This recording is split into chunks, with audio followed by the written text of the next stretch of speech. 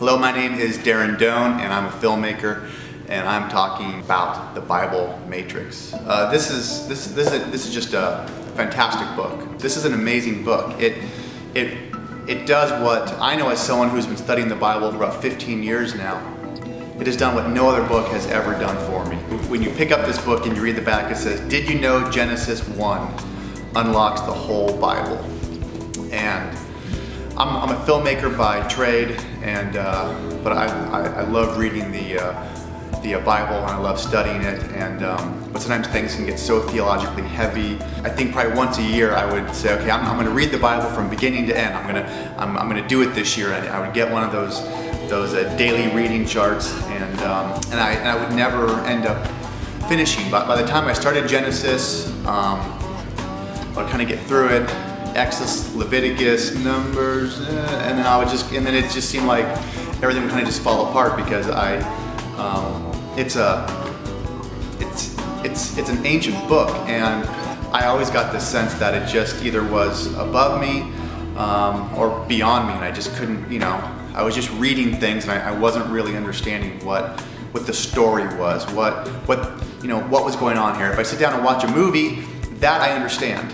But for some reason I'd open the Bible and I'd get lost. I get a lot of information, but I would just get lost. And a few years ago, I came across a few people who really began to help me understand what was going on as far as the story in the Bible, as far as these patterns that were happening in the Bible, and then they were repeating. And so there was people like James Jordan, or Doug Wilson, or Peter Leithart. There was all this work that people were doing, and then comes along Michael Bohl, and Michael Bohl, with his work and his study, began to draw on other people's work as well, and finally kind of brought all this together into one book. And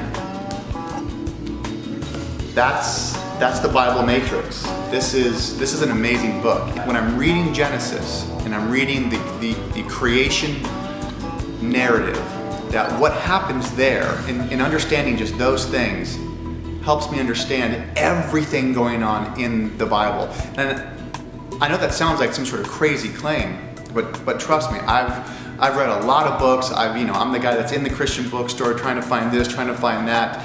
I have a million books that I maybe read a chapter or two that are just sitting there that, I didn't go through the whole thing and ended up just getting frustrated.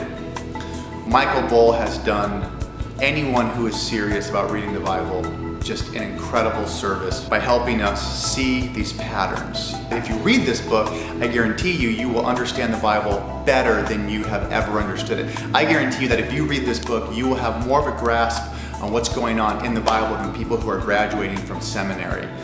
And so to maybe make that point, I'm involved with a Christian school here on the West Coast, and one of the books that the school uses is the Bible Matrix. And so what I'd like to do is show you what one of the students at the school can explain and understand in regards to the Bible because of a book like the Bible Matrix. So enough of my talking. Out of the mouth of babes, let's see what a young man can do after he's been reading the Bible through the lens of the Bible Matrix. So that's my review. I love this book.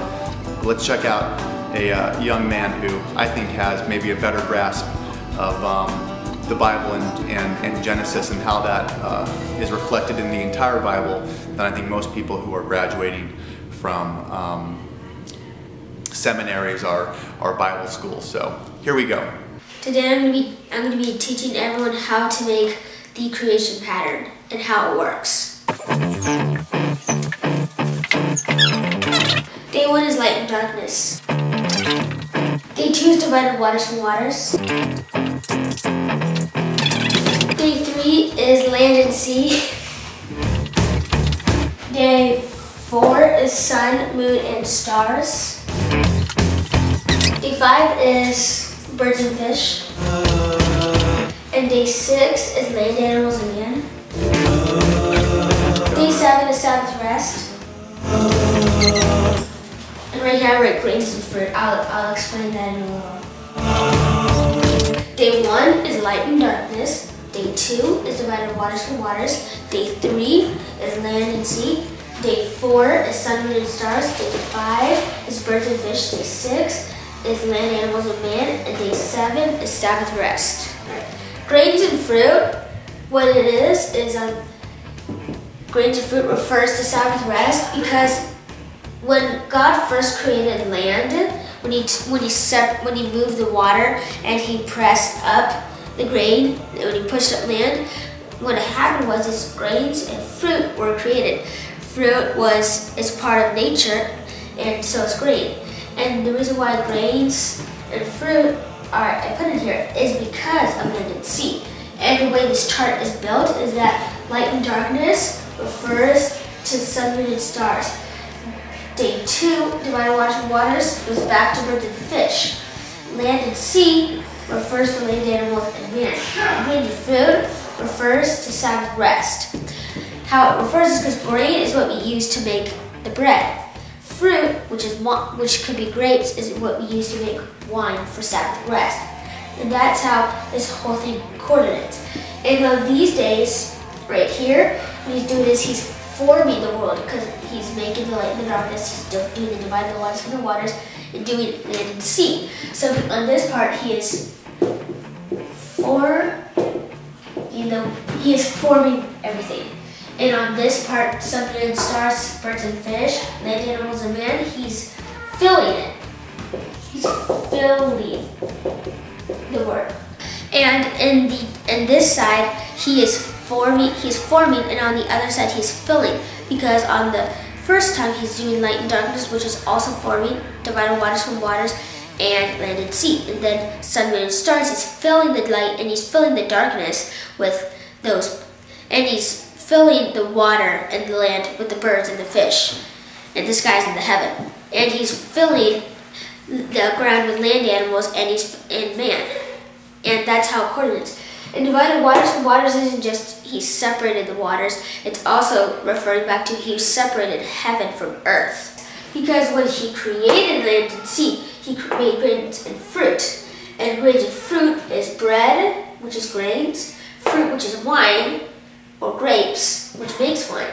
And that refers to Sabbath rest. And how that refers is because when Jesus died, he said, take this bread and drink this cup and proclaim the Lord's death till he comes again. And that's how we know that this refers to this, this refers to this, this refers to this, and this refers to this. And that's the days of creation.